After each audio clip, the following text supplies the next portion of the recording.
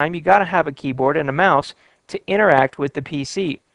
So those are the different components of the PC. And again, this is a generalization because there's a lot more that makes up this entire computer system. There's the cables, there's the power supply. Inside the case, there's other components. There's the cables that connect the keyboard and mouse back to the computer. You know, there's a lot more to it than this. But this is our general working diagram for a personal computer system.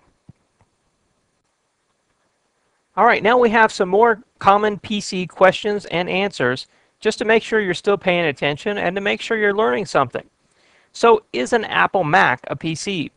Well, that was one that we already answered, but it's an important question because for many years there's been this feud between Apple computers and PCs. Technically, an Apple computer is a PC. It's a form of personal computer. Now, usually when people are talking about Apple versus PC, they really mean Apple versus Microsoft or Apple versus Windows. Today, Apple computers actually have Intel processors, the same processors that computers that run Windows run. And you can even boot up a Apple computer with Windows, or you can run Windows inside the Apple Macintosh operating system. So these two have come much closer together than they ever were in the past. But technically an Apple is a PC. So if somebody says, oh, I don't want an Apple, I want a PC, what they're really talking about is they don't want the Apple Macintosh operating system, they want the Windows operating system that commonly runs on personal computers like Dell or HP systems. All right, second one is, why do people think they have to choose between an Apple and a Mac? Well, I just answered that. This feud that's been going on for so long is why people have this mindset that they have to choose between them. Really what they're choosing between, though, is the operating systems between the two. The Apple operating system won't run on Dell or HP systems or other Intel computers. It'll only run on Apple computers, which are now Intel. The Windows operating system, however, will run on Apple systems as well as personal computers from Dell and HP. So where did the term PC come from? Well, let's look at a little bit of history here. I'm going to click on this web link. And this is a IBM archive website, and it talks a little bit about the history of the personal computer. So here it says the IBM PC's debut, and here you see a picture of the IBM personal computer back in 1981. Now, IBM launched the IBM 5150, and it was introduced some 25 years ago, back in 1981. Here you had a large company, IBM, and they were typically making these huge computers that took up, you know, a whole room. Rolling out this PC was a big change for them, and it wasn't long after that that the IBM PC really changed it all. The price tag you see here was about $1,600 for the original IBM PC. That was pretty much the bottom of the line model. And over time, this IBM PC, you know, evolved into the computer market and the standards of personal computers that we know today. So that's the original IBM PC, and I think it's important, you know, to have some idea of what it looked like and what it could do and when it first came about. All right, next question is a laptop a PC? Well, we answered that one a couple slides back. Yes, a laptop is a form of PC, but typically people call it a laptop or a notebook.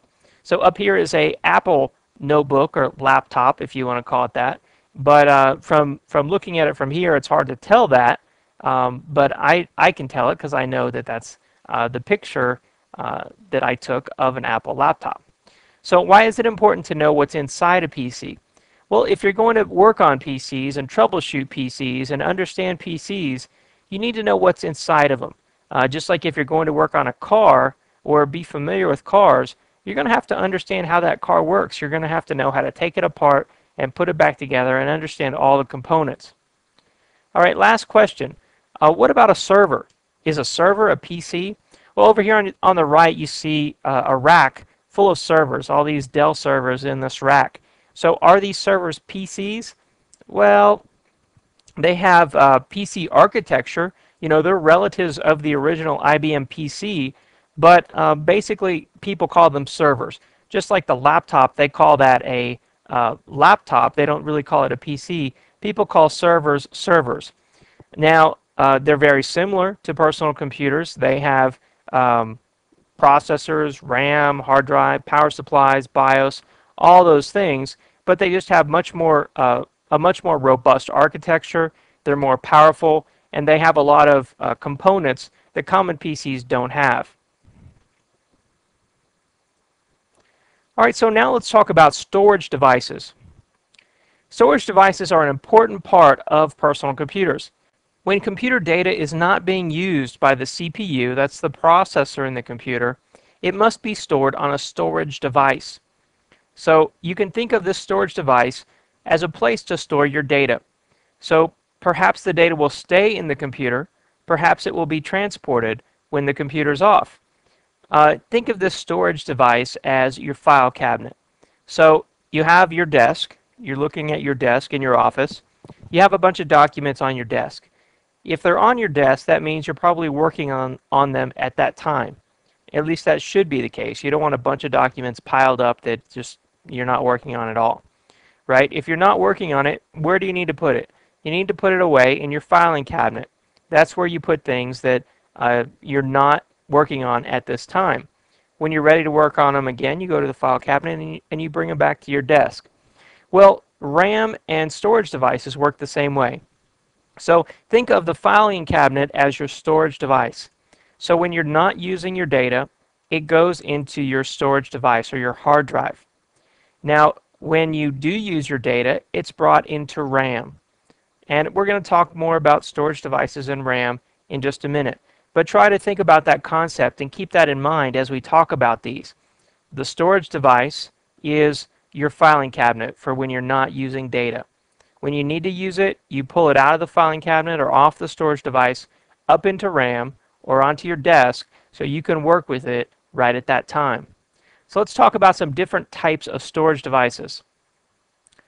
All right, the first one is the floppy disk drive. The floppy disk drive, some people call it the FDD, they abbreviate it that way, started off as a large 8-inch floppy drive, a huge floppy disk. Today, floppy drives have gotten down to 3.5-inch disks. Right here, you can see this. This is a 3.5-inch floppy drive. And the shell of the 3.5-inch disk is more rigid than the old floppy drive used to be. But still, you shouldn't call it a hard drive because that's something completely different. Now, today, floppy disks aren't as popular as they used to be. In fact, many new computers aren't coming with floppy drives at all. But these flexible plastic disks have a small, flexible plastic disc inside that holds magnetic material on it. People also call them floppies or diskettes. Now, typically, these hold 1.4 megabytes total across both sides of the disk. So that's 720 on each side. The disk drive has to access each side of this disk. Disks have a spring-loaded cover to cover the media, but it's open when it's inserted into the drive. So this little cover right here moves back on a spring when the disk is inserted into the floppy drive here. Now, disks also have a write protect tab that can be used to prevent writing to the disk. The write protect tab is right here on the corner, that little square. On the back of the disk, you can flip the tab with your finger to prevent people from writing to the disk. So there's the disk right here in the center. Here's the front of a floppy drive. You see how the disk slides in the front. There's a read and write light right there, and then there's an eject button. This is the back of the floppy drive. On the back of the floppy drive, you have a floppy drive interface here where it connects to the computer. Then you have a floppy drive power supply connector up here. All right, so that's a floppy drive.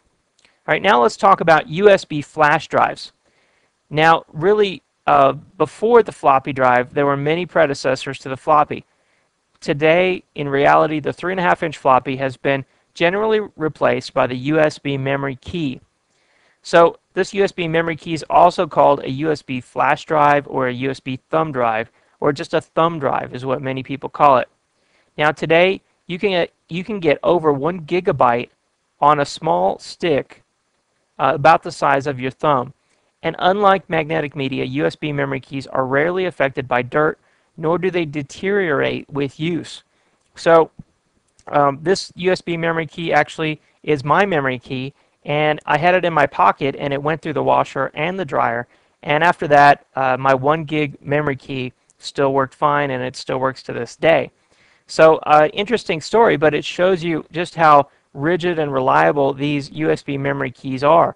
I mean, you could not do that with a floppy disk at all. Floppy disks, they get some dirt on them, they get dust on them, they get dirty, and they don't work anymore, and you've lost your data. Plus, you're talking about 1.4 megabytes on a floppy drive. Well, here you can get over 1,000 megabytes on this little tiny memory stick that you can put on your keychain. So amazing technology, and in fact these flash disks, which are inside here, are now being used on newer laptop systems as the primary disk drive, or the only disk drive. They call it solid state storage.